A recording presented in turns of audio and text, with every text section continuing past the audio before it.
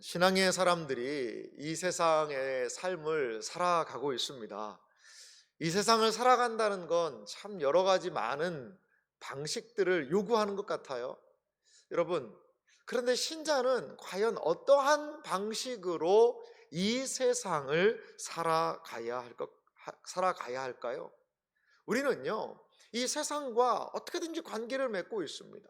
그런데 이제 기독교의 역사를 보면 이 세상을 어떻게 바라보느냐에 대한 관점들이 많이 좀 달랐던 것 같아요. 뭐 세상 뭐 있냐, 세상이나 우리나 다를 거 없다라고 세상과 가까이 살았던 사람들도 있습니다. 그리고 야, 세상은 우리를 타락시켜, 우리는 세상에서부터 철저히 분리해야 돼, 멀찍이 거리를 뒀던 그런 시대도 있었습니다. 그런데 세상에 속해 있지만, 세상에 살아가고 있지만 세상에 결코 속하지 않은 존재처럼 살아갔던 사람들도 있습니다. 미국에 가면요, 지금도 아미시라는 공동체가 있어요. 이 아미시라는 이 사람들은요, 17세기, 그러니까 한 200년 전의 삶의 방식을 지금도 고수하고 있는 거예요. 지리산에 가면 어디가 있다고 그러죠? 아직 저 못 가봤는데요, 청학동이라고 있다고 그래요.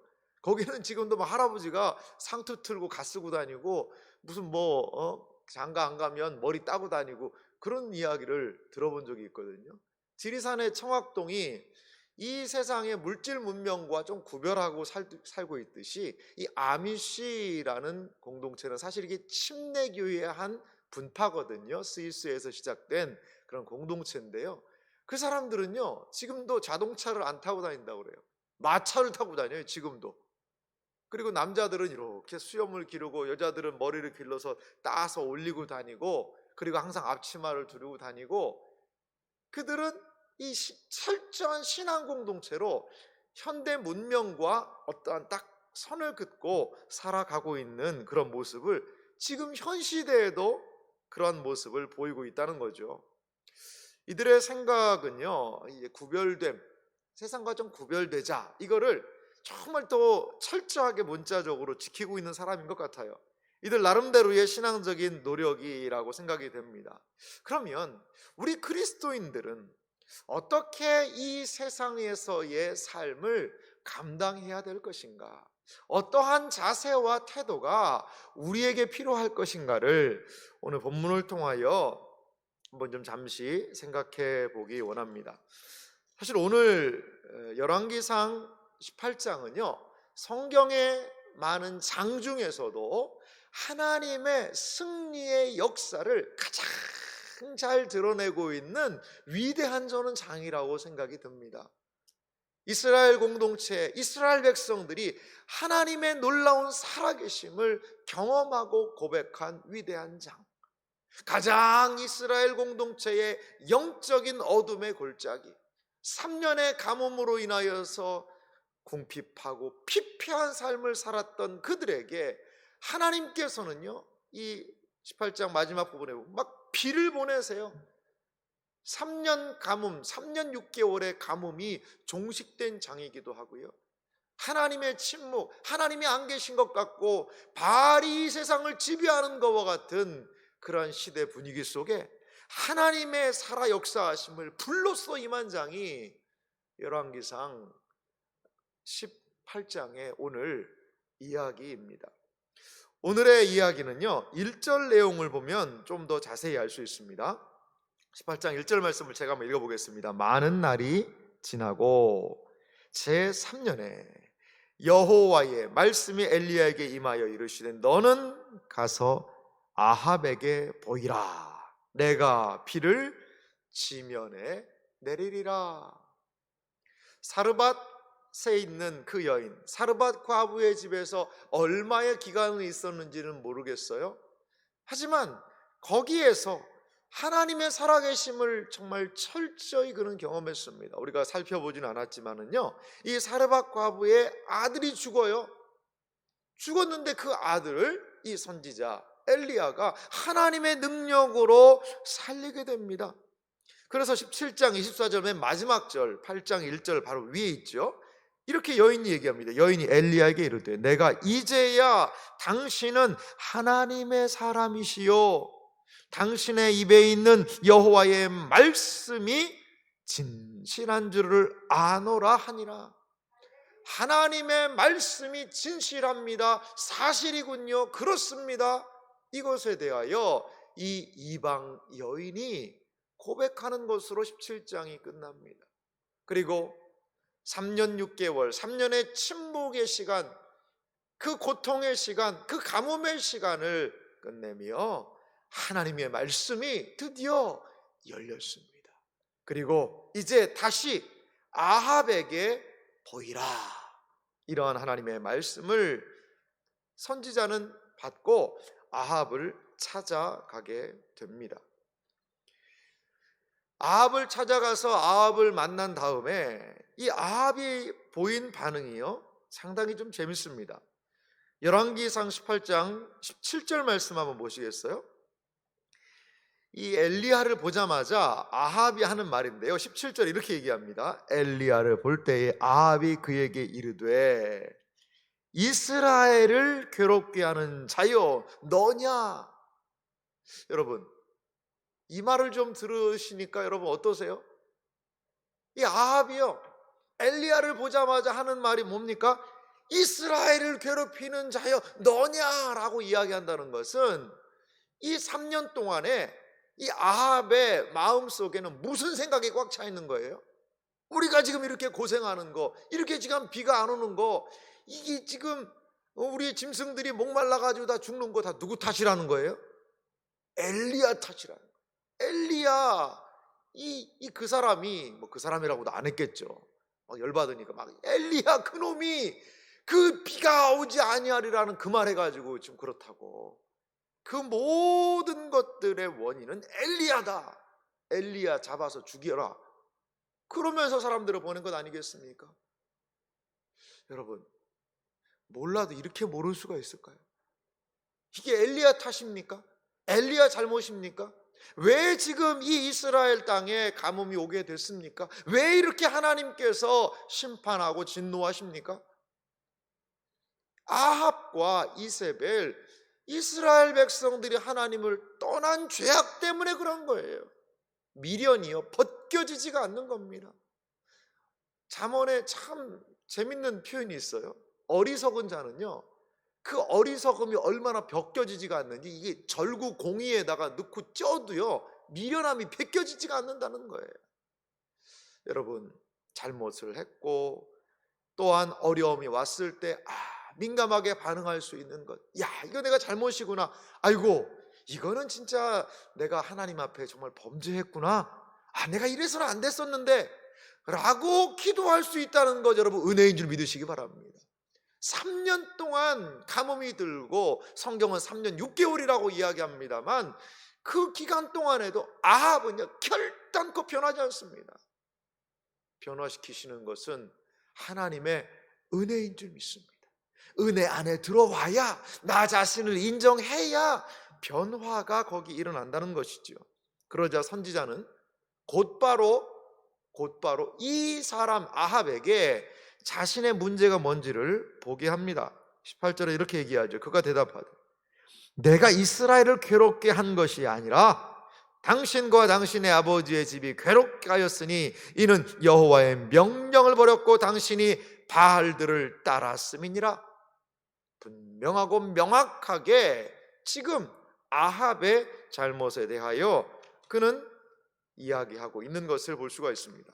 그러면서요 이 선지자가 한 이색적인 제안을 하는 것을 볼 수가 있습니다. 19절에 보니까요 이렇게 얘기해요. 그런즉 사람을 보내요 온 이스라엘과 이세벨의 상에서 먹는 바알의 선지자 450명과 아세라의 선지자 400명을 갈멜산으로 모아 내게로 나오게 하소서. 상당히 이색적인 제안을 아합에게 합니다. 그거는 이스라엘 사람들을 좀 불러 모으라는 거죠. 이스라엘 백성들을 불러 모으고 또 바알의 선지자 450명, 아세라의 선지자 400명, 도합 850명입니다. 이 사람들을 갈멜산으로 데리고 좀 나오라는 거죠. 뒤에 본문을 살펴보면은요, 바알의 선지자 450명만이 나옵니다. 아세라의 선지자 400명에 대해서는 언급을 하지가 않습니다. 뭐 어떤 학자들은 뭐 같이 다 거기에 포함이 됐다, 그래서 850이다라고 하는 사람도 있고, 그냥 그 뒤에 아마도 바알의 선지자만 대표로 참석한 것이 아니냐 해서 450만을 보는 사람도 있습니다. 아무튼 바알과 아세라를 섬기는 선지자들은 많다는 거죠. 많다는 거예요. 그리고요, 여기에 이 한 산이 중요한데, 갈멜산으로 모아 내게로 나오게 하소서라는 이 갈멜산이 상당히 좀 독특한 의미가 있습니다. 이 갈멜산은 어떤 산이냐면요, 이 지중해에서 이 지중해의 끝자락에 있는, 그러니까 이스라엘 나라의 땅이 이렇게 길게 늘어져 있지 않습니까? 이 지중해에서 부는 바람이 이 갈멜산에 걸리는 거예요. 자, 바다에서 바람이 불어서 산에 걸리게 되면 거기에는 뭐가 올까요? 비가 옵니다. 비가 오는 거예요. 그러니까 이스라엘 지형 자체가 메마르고 건조한 지형이 많지만요, 갈멜산 자체는 이 풍요로움이 있는 거예요. 왜요? 비가 많이 오니까요. 이 습기가 있는 바람이 불어서 갈멜산에 걸려서 거기에다 비를 쏟아주니까 갈멜산은 늘 울창한 녹음이 있는 거죠. 그래서 갈멜은 풍요로운 산이었습니다. 그래서 갈멜산은 다른 말로 하면 바알 종교의 본산이에요. 왜? 풍요로우니까요. 거기가 풍요로운 거예요. 뭐 이런 예가 좀 적절하지 않을 수도 있는데요, 뭐 예니까 한번 들어보시기 바랍니다. 뭐 기독교 학자들하고 불교 학자들하고 막 토론을 하는데, 어디서 하냐? 야, 불국사에서 하자. 불국사에 가서 부처님의 가르침이 맞는지 예수님의 가르침이 맞는지 우리 한번 논쟁을 펼쳐보자 라고 얘기한다면, 사실은 우리는 교회에서 하고 싶죠. 그거 교회에서. 그런데 불국사에 가서 그거 석굴암 앞에서 그거 하자는 거예요. 그러면 어떤 느낌이 들까요? 좀 밀리는 느낌이 드는데, 약간 그런 느낌이에요. 지금 엘리야는요, 지금 완전히 바알과 아세라를 섬기는 사람들에게 유리한 조건들을 제시하고 있습니다. 그런데요, 이것뿐만이 아닙니다. 이것뿐만이 아니고, 이제 송아지 둘을 취해가지고 번제에 올려놓고 불을 먼저 내리는 신이 진짜 신이다, 한판 해보자는 거죠. 갈멜산에 많은 사람들이 모였습니다. 바알을 섬기는 450명의 선지자들이 거기에 있고요, 하나님을 섬기는 이 엘리야 한 사람이 거기 서 있습니다. 수많은 백성들이 그 광경을 지금 목도하고 있는 그러한 상황입니다. 선지자는요, 이 중요한 상황에서 이제 홀로 거기에 그 산에 머물고 있습니다. 그런데 그 선지자는 이러한 영적인 대결을 하기에 앞서서 백성들을 좀 먼저 일깨우는 것을 볼 수가 있어요. 21절 말씀 한번 보실래요? 오늘 본문 21절인데요, 엘리야가 모든 백성에게 가까이 나아가 이르되 너희가 어느 때까지 둘 사이에서 머뭇하려느냐? 여호와가 만일 하나님이면 그를 따르고 바알이 만일 하나님이면 그를 따를지니라 하니 백성이 한 마디도 대답하지 아니하는지라. 명확하게 지금 섬길 자를 택하라는 거죠. 마치 여호수아가 오늘날 섬길 자를 택하라는 그 이야기를 한 것과 같이, 그 바알과 여호와, 하나님과 하나님을 선지자의 이 엘리야와 바알의 450명의 그 선지자의 대결을 구경 나온 많은 사람들에게 니네 눈으로 보고 확인하라는 거죠. 누가 과연 참신인지를 지금 확인하고 너희들이 누구를 따를지를 오늘 지금 이 시간에 결정하라는 겁니다. 얼마나 참 절체절명의 시간입니까? 그런데요, 지금 갈멜산이라는 바알의 본산으로 그는 들어갔고요, 또한 많은 부분에서 우선권을 넘기는 것을 볼 수가 있습니다. 자, 25절도 한번 보실래요? 엘리야가 바알의 선지자들에게 이르되 너희는 많으니 먼저 송아지 한 마리를 택하여 잡고 너희 신의 이름을 부르라. 그러나 불은 붙이지 말라. 이게 먼저 하라는 이야기가 있습니다. 자, 사람도 많아요. 그런데 또 먼저 하라는 거예요. 수적인 열세에 있지만 네가 먼저 하라는 겁니다. 그리고요, 소 2마리를 끌고 왔어요. 근데 좋은 것 니들이 먼저 가져가라는 거예요. 재물의 우선권을 그들이 갖습니다. 그리고 이 바알 선지자들은요, 또 자기들이 좋은 장소의 우선권도 가져요. 그리고요, 이들은요, 시간적인 측면에서의 우선권도 갖는 것을 볼 수가 있습니다. 그리고 바알 선지자의 싸움의 방법에서도 우선권을 갖고요. 자, 여러분, 이 바알이라는 신은 어떤 신이냐면요, 번개의 신입니다. 번개. 다른 말로 하면 번개가 뭐죠? 불이죠. 불신이에요. 바알이 번개를 치고 그러면 비가 내리고, 바알은요, 이 우상의 모습이 이 번개를 들고 있는 그런 형상이거든요. 그러니까 여러분, 바알에게 불르려는 것은요, 식은죽 먹기예요. 왜냐하면 바알의 주특기가 뭐예요? 불입니다. 바알 신에게 막 기도하면 번개가 쳐가지고 그 재물들을 다 사를 수 있는 것 아니겠어요? 여러분, 엘리야가 이렇게 다 넘겨주잖아요.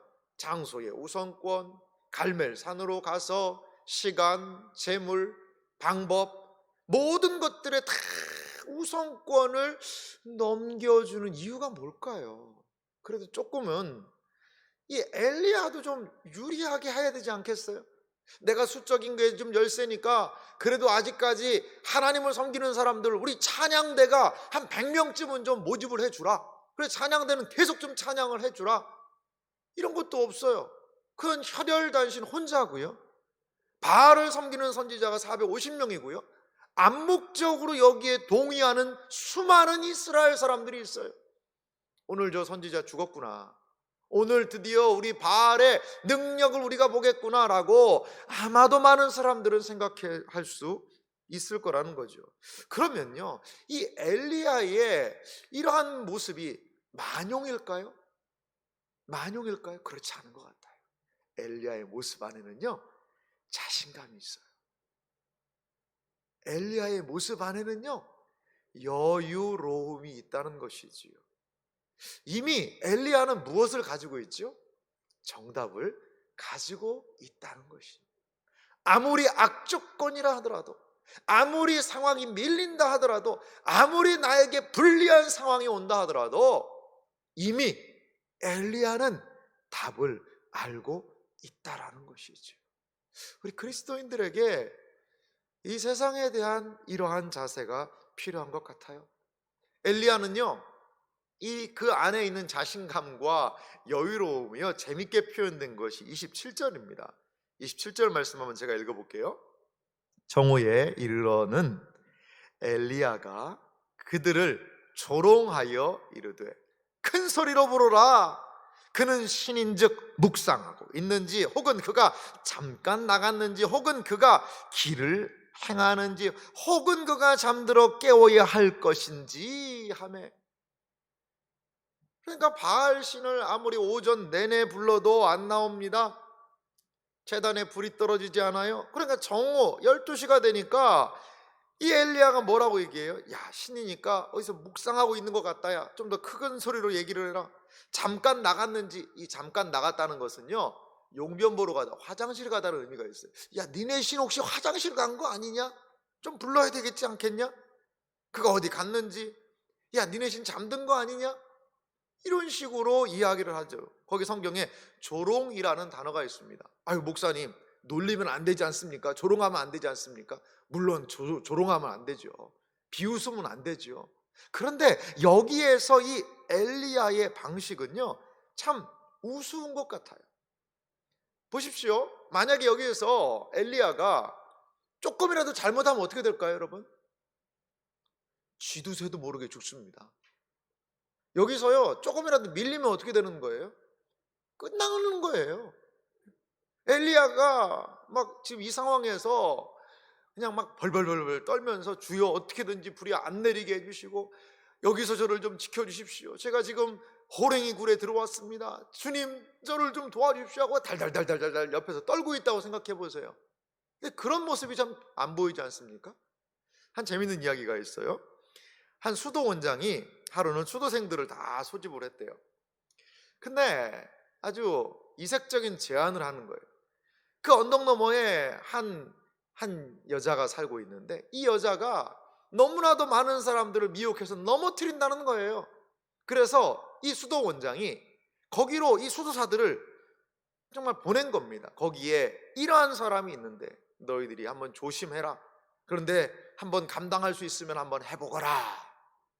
그래서 초보 수도사부터 보냈다고 그래요. 초보 수도사가 하다가 뭐 넘어지고 그냥 거기에서 유혹에 또 넘어가기도 하고, 또 어떤 사람을 보냈더니 유혹에 넘어가지는 않고 하지만 뭔가가 좀 이긴 것 같지도 않은, 그래서 왔더니 하도 거기서 그 유혹에 안 넘어가려고 그냥 이를 악물어 가지고 막 이빨이 흔들린다는 거예요. 이 여자의 유혹에 안 넘어가려고 하도 그냥 기를 써가지고. 자기가 이제 이 수도원장이 가장 아끼는 애제자가 있었는데 그를 보냈다는 거예요. 그랬더니 그 사람이 그 여인 앞에 가서 하는 행동이 뭐냐, 배꼽을 잡고 막 웃는 거예요. 그 여인을 보고 막 웃는 거예요. 그러니까 그 여인이 그걸 가만히 보다가 확 가버리다는 거예요. 왜? 기분 나빠가지고. 나를 비웃느냐고 기분 나빠서 가버렸다는 거예요. 수도원장이 그 얘기를 했다고 그래요. 자, 저게 진짜 이기는 거다. 저게 진짜 이기는 거다.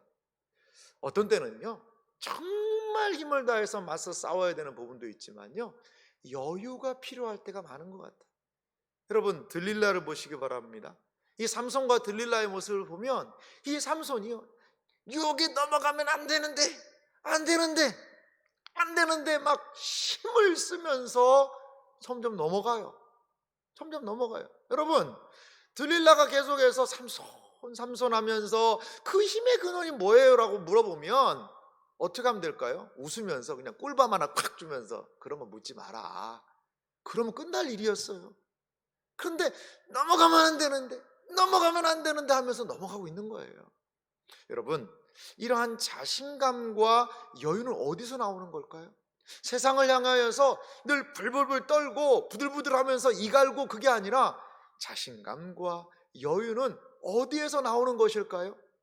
저는 하나님으로 그 안에 충만해야 이러한 세상과 싸워 이기는 자신감이 거기서 나오게 될 줄 믿습니다.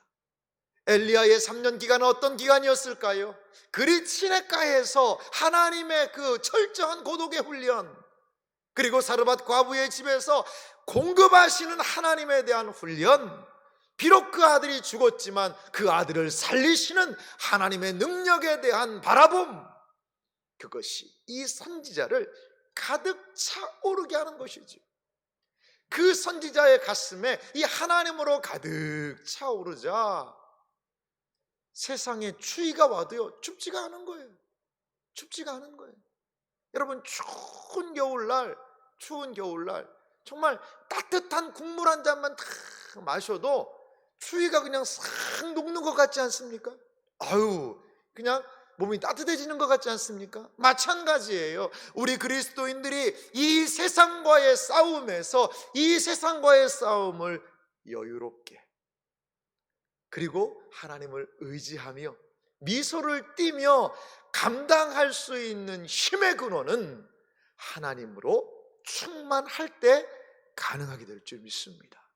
그렇습니다. 이것이 바로 그리스도인들의 삶이라는 것이지요. 아브라함 링컨이라는 사람은요 늘 유머를 잃지 않았다는 거예요. 가장 높은 고단수는 뭘까요? 비웃으면서 싸우는 사람이에요. 그렇습니다. 지금 이 엘리야는 하나님에 대한 철저한 신뢰를 가지고 자신의 목숨이 달려있는 그 싸움을 감당하고 있다는 것입니다. 로마서 8장 37절에 우리에게 무엇을 말합니까? 그러나 이 모든 일에 우리를 사랑하시는 이로 말미암아 우리가 넉넉히 이기느니라. 할렐루야. 우리를 사랑하시는 이로 말미암아 우리가 살짝 이기느니라, 간신히 이기느니라, 아니요, 그렇지 않습니다. 넉넉히 이기느니라.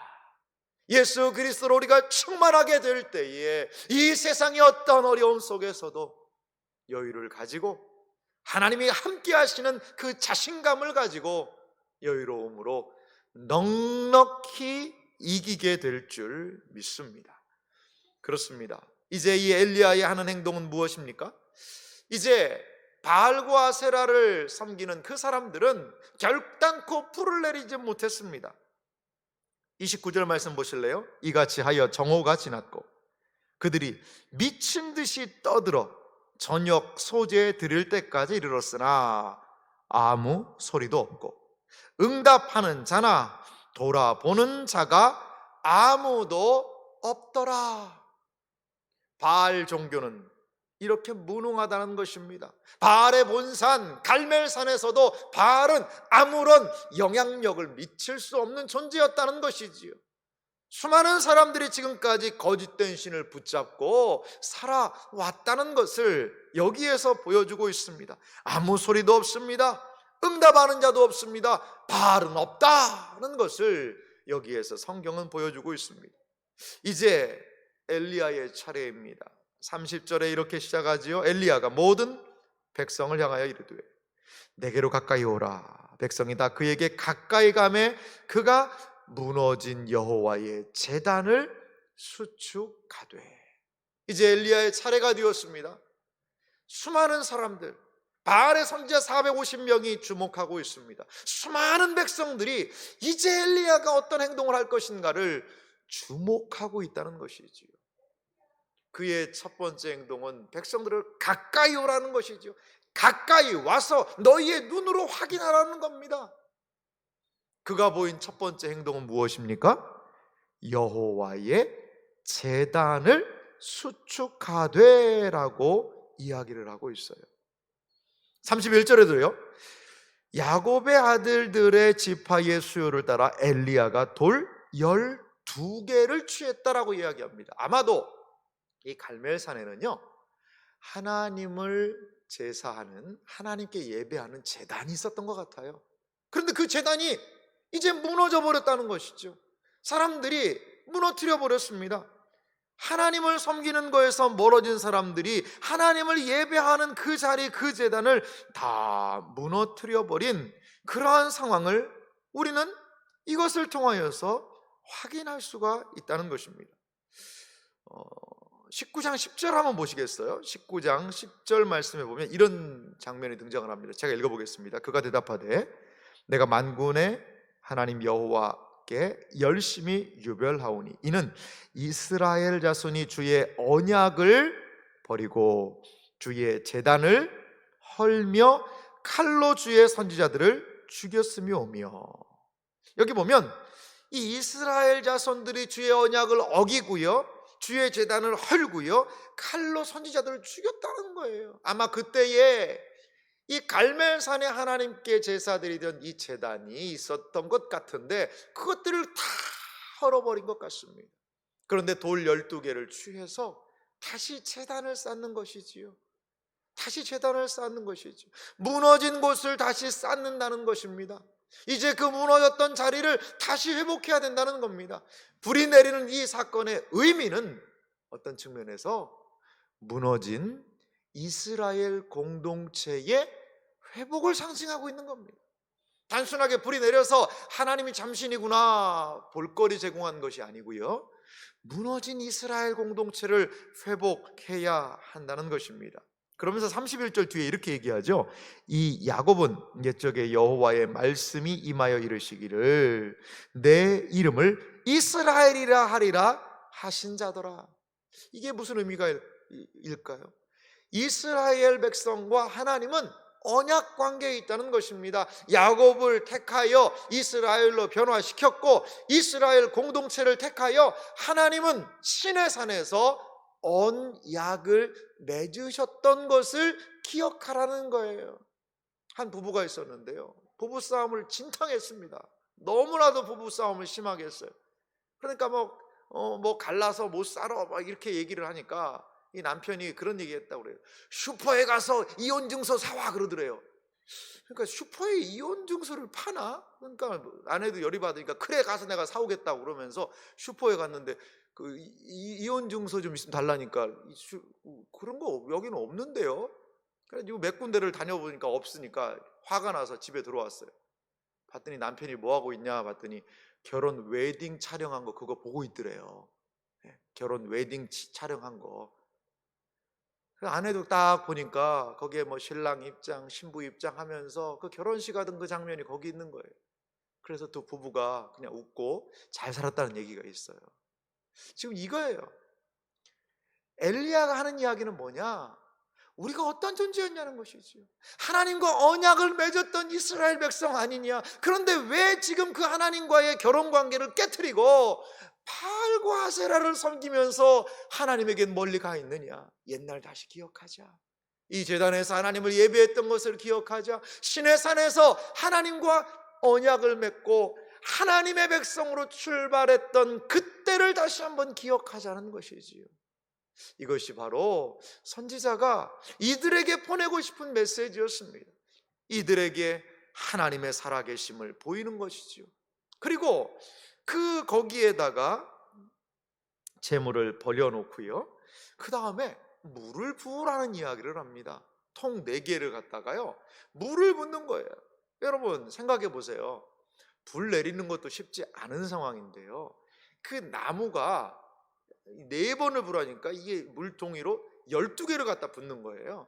그러니 이게 나무가 흠뻑 젖었고요, 재물이 다 젖어 있고요, 이 흙까지 그냥 그 도랑까지 가득 물이 차 있습니다. 인간적인 방법으로는 거기다 아무리 불을 붙여도 불이 안 붙는 것이지요.